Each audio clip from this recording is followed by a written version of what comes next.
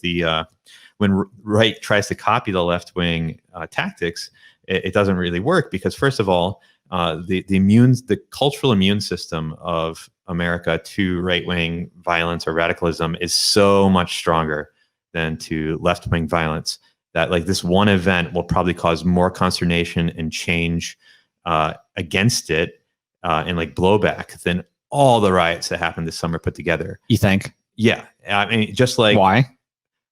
Because America hates Nazis, and so there's a way like first, but not many of these people were Nazis. It doesn't matter. They are if CNN says they are, if and there are some Nazis. You know, if there's like 2 or 3 Nazis in the crowd, like that. Yeah, the media is definitely going for an angle of like this was an attempted coup attempt, right? Like that's the angle that they're kind of pushing, right? But the left wing protests this summer were a projection of power by the dominant power structure. Like they had so much air. The shock troops of HR. Yeah, you had so much air cover from the media constantly telling you to ignore all the parts in you that were saying this is not okay, to push those to the side. This is justice. It was bizarre how favorable CNN and associated media organizations were towards the riots. Peaceful but fiery protests, right? Like woo, flames in the background. It's hilarious. It's to comedic degrees, yeah. And it's just not. So they, you know, even in America, even our right is left, right? Because we have this tradition of revolution. That's how we became who we are. We have this tradition of protest. We have the myth of the civil rights movement that. At this stage in American history is right and left. It has been adopted by both. And so the right feels like it needs to LARP like it's some sort of revolution, but they get one event. And if they have any success at all, it's pointed out, it's written down in the history books as like a fascist high watermark. And then all this, right. And then the hammer of God comes down against them. Right.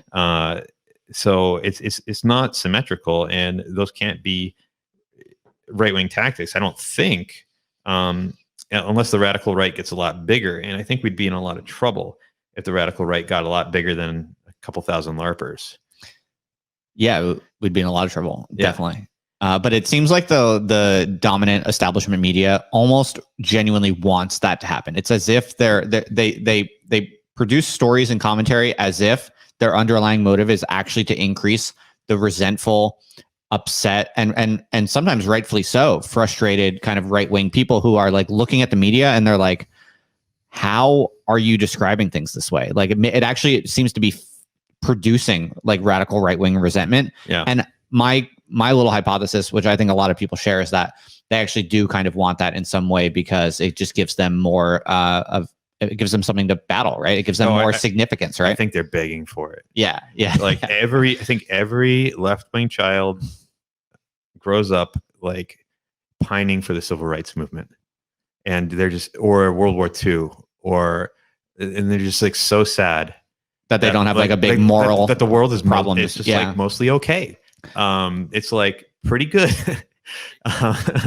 Right. And so I think there's definitely a thirst for a villain, and if the villain doesn't exist, we need to create them, either by like inventing an ideology by which we can see villains more fine-grained, like where before we didn't see them, or like goading people into becoming villains, right? Which is which is not a game you want to play into. You see this with a lot of